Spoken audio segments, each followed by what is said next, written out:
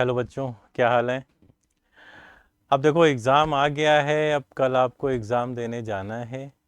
अब एग्ज़ाम देने जाना है तो पेपर अटेम्प्ट करने की क्या स्ट्रेटजी होनी चाहिए, कैसे बेस्ट आउटपुट हम निकालेंगे, उस पर हम बात कर लेते हैं, है ना। देखो सबसे पहले कि पेपर 2 घंटे का है और 2 घंटे के पेपर में मतलब टोटल 60 क्वेश्चंस हैं, जिसमें सिंगल चॉइस भी हैं, वन और मोर देन वन करेक्ट भी हैं। वन और मोर देन वन वालों के मार्क्स थोड़े ज़्यादा हैं।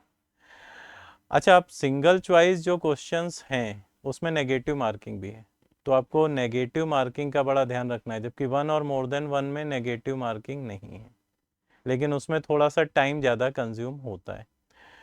तो देखिए, आप सबसे पहले आपके जो बेस्ट पार्ट है, भाई जैसे कई बार होता है कुछ लोगों की कैलकुलेशन बहुत अच्छी होती है, तो फिजिकल वाला पार्ट काफ़ी अच्छा होता है।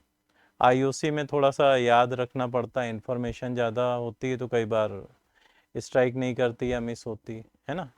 सिमिलरली ओसी भी कॉन्सेप्चुअल भी है प्लस थ्योरेटिकल भी है। तो सबसे पहले आप ये करना कि सीधे भाई क्वेश्चन अटेम्प्ट करना जब शुरू करोगे तो क्वेश्चन नंबर 1 से स्टार्ट करो।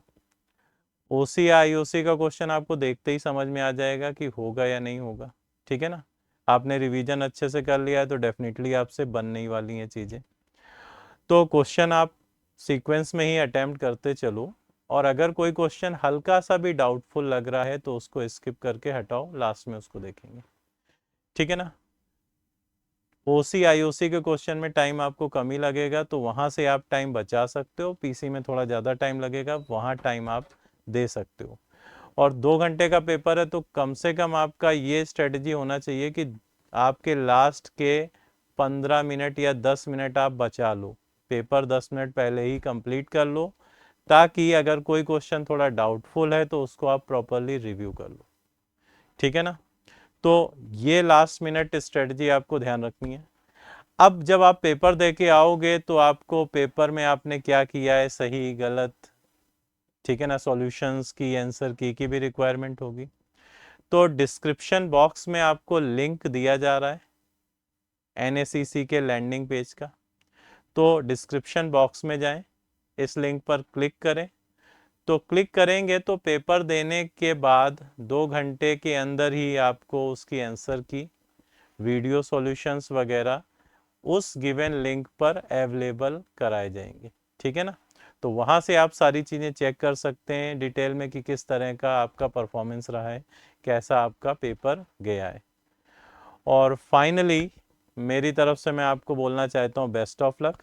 दिमाग बिल्कुल शांत रख के कूल होते हुए पेपर को अटेम्प्ट करो। कोई चीज़ नहीं आती है तो ऐसा नहीं कि सबको ही वो चीज़ आती है, काफ़ी सारे लोग होते हैं जो वो चीज़ें नहीं जानते हैं। तो आप सिस्टमेटिक अप्रोच करना डिसिप्लिन्ड वे में, लेकिन टाइम का ज़रूर ध्यान रखना और एक्यूरेसी का भी ध्यान रखना, ठीक है ना। इन चीज़ों का ध्यान रखते हुए पेपर दीजिए, बढ़िया पेपर होगा, कोई दिक्कत नहीं। Best of luck from my side.